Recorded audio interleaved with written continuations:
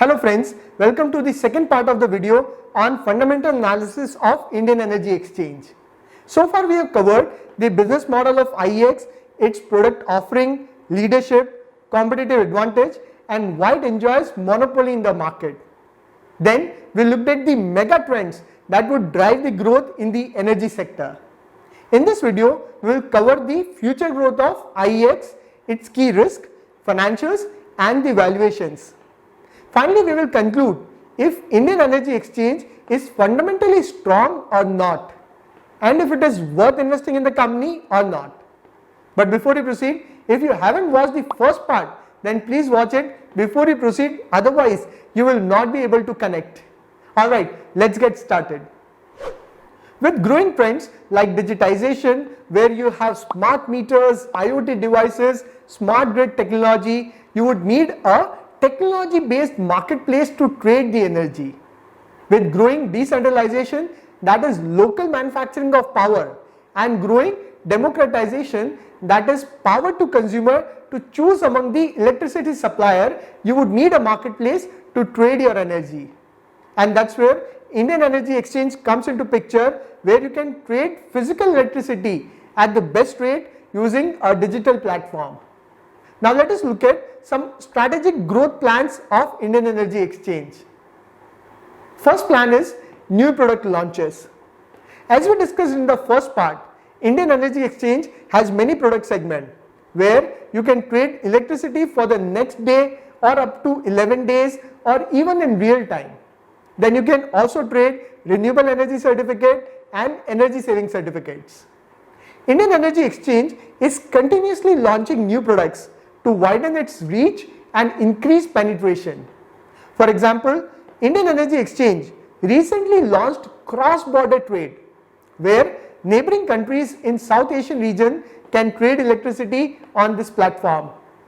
So it has increased its reach to the entire South Asian region. Company is also planning to introduce a green market, where it will enable the trading of renewable energy on the platform. If it gets approved by CERC, then it would generate additional revenue for the company, and renewable energy is the future. Second plan is better rates from exchange. One of the major reasons for adoption of energy exchanges would be due to cost saving factor.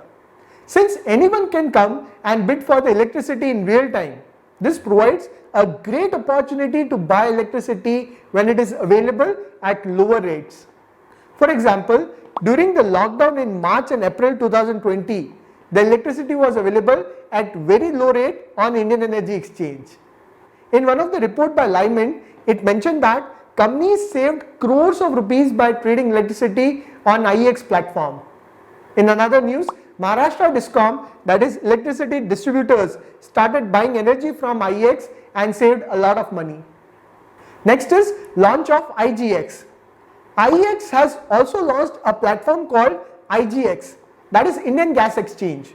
It is the first gas exchange platform in India. It would facilitate the trading of physical gas. If you look at the exchange market as a percentage of total demand, power market in developed countries is in the range of 30 to 50%, whereas in India it is only 5%. On top of that, the share of exchange in short-term trade is just 5.2%. So currently there is a very low usage of exchange platform for power trading. This is mainly due to the fact that there is a long-term contract between power companies like NTPC and distributors. It could be as long as 25 years. However, government is planning to introduce MBED, that is market-based electricity dispatch, where the power generators and distributors would have to come to the exchange platform to trade. If that happens, it would boost the growth of power exchange in India to almost 8 to 10 times in the next few years. So far we discussed the growth prospect and all positive side of the company. But now let's talk about the key risk. The biggest risk for Indian Energy Exchange is the risk of losing its monopoly. So how can IEX lose its monopoly? If you remember, I mentioned in the first part that IEX is regulated by Central Electricity Regulatory Commission, that is CERC. Now CERC is concerned with the monopoly of IEX in the country. Obviously, a monopoly is not good in any market. You need competition for overall market to thrive. Hence, CERC has recently introduced market coupling in spot power trading. Please understand this very carefully. In the previous video, we discussed the business model of IEX, where we learned that Indian Energy Exchange facilitate order matching where buyers and sellers bids are matched, as well as price discovery where IEX algorithm decide the right price based on supply and demand. Both happens on the platform. However, with market coupling, this order matching and price discovery would be done by third party. Hence, after market coupling, the buyers from other platform would be able to buy from sellers on IEX platform. Likewise, buyers on IEX platform can buy from sellers on another platform. As of today, IEX had the monopoly because it had maximum number of buyers and sellers, and it was able to provide electricity at a competitive rate. But after market coupling, it would lose this monopoly, as there won't be any cost incentive for buyers and sellers to use IEX platform. This would also open up the market for other players to enter, and IEX would lose its monopoly. But since the overall size of the market of energy exchange is expected to grow, IEX would benefit from it. So even though the pie size of IEX in the market would reduce due to market coupling, the overall pie of the market would increase. Hence, on future growth prospect, it is a mix of both growth for the company, but at the same time, there is a risk of losing the monopoly. So on future growth, I would rate it 8 on 10. Now let us look at the financials of IEX. If you look at the revenue growth, since March 2011, IEX revenues have grown from rupees 36 crore to level of 291 crore by December 20. That's a growth of 25.8%. The profits have grown from rupees 19 crore to 197 crore at a CAGR of 27%. Overall, the historical growth has been fantastic. Hence, on growth ratio, I would rate it 10 on 10. If you look at the operating margin of the company, it is exceptional. It is consistently above 50%. In fact, the recent operating margin is 80%. This clearly suggests the lean structure of the company and its core competency as technology-based solution provider that reduced the cost, and hence brilliant operating margin of 80%. Its ROE and ROC for the last 10 years is consistently great. The recent ROE and ROC stood at 41% and 53.8% respectively, which is simply brilliant. Hence, on profitability, I would rate it 10 on 10. By the way, if you want to learn more about ROE, ROC, etc. and how to pick quality stock, you can explore my complete course on money management. Details are in the description. If you look at the debt to equity ratio, company has zero debt. That makes it a debt-free company. Hence, on debt to equity, I would rate it 10 on 10. The reserves of the company have increased from 48 crore to rupees 451 crore, which is great. Overall, the company is looking financially very strong. If you look at the promoter shareholding of IEX, the first thing you would notice is they don't have any promoter.